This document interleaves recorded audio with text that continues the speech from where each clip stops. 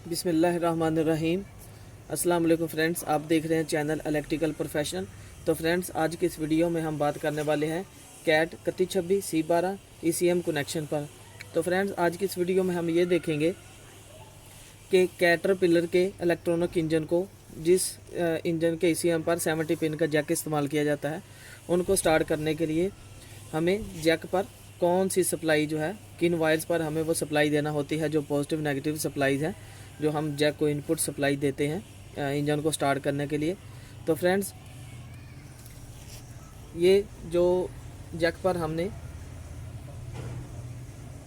Positive supply है, ये हमने 48, 52, 53 और 57 पर आपने ये पॉजिटिव सप्लाई ECM को देनी होती है। तो फ्रेंड्स, ये सप्लाई आपने डायरेक्ट ECM पर पॉजिटिव नहीं देना होती, ये आपने सप्लाई रिले से ही कंट्रोल करना होती है। जब इंजन को स्टार्ट करना हो तो उसी वक्त जो ECM पर पॉजिटिव सप्लाई आपकी जानी चाहिए। तो आप ये रिले जो है जिससे आपने ये चारों पॉजिटिव सप्लाई कंट्रोल करनी है, ये आप फ्यूल की रिले से भी इस रिले को कंट्रोल कर सकते हैं, फ्यूल के पॉइंट से भी।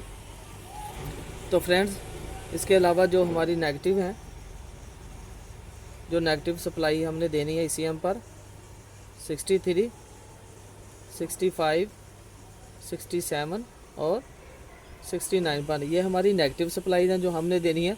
और इनके अलावा हमने 40 पर भी जो 40 नंबर की वायर है, 40 नंबर पिन की, यहाँ पर भी आपने नेगेटिव सप्लाई लगानी है। और 23 नंबर की जो पिन है, वहाँ पर भी आपने नेगेटिव सप्लाई देनी होती है। तो फ्रेंड्स, जो हमारे पास 70 नंबर की जो वायर है, 70 नंबर पिन की जैक के 70 नंबर पर जो वायर लगी हुई है, ये हमारी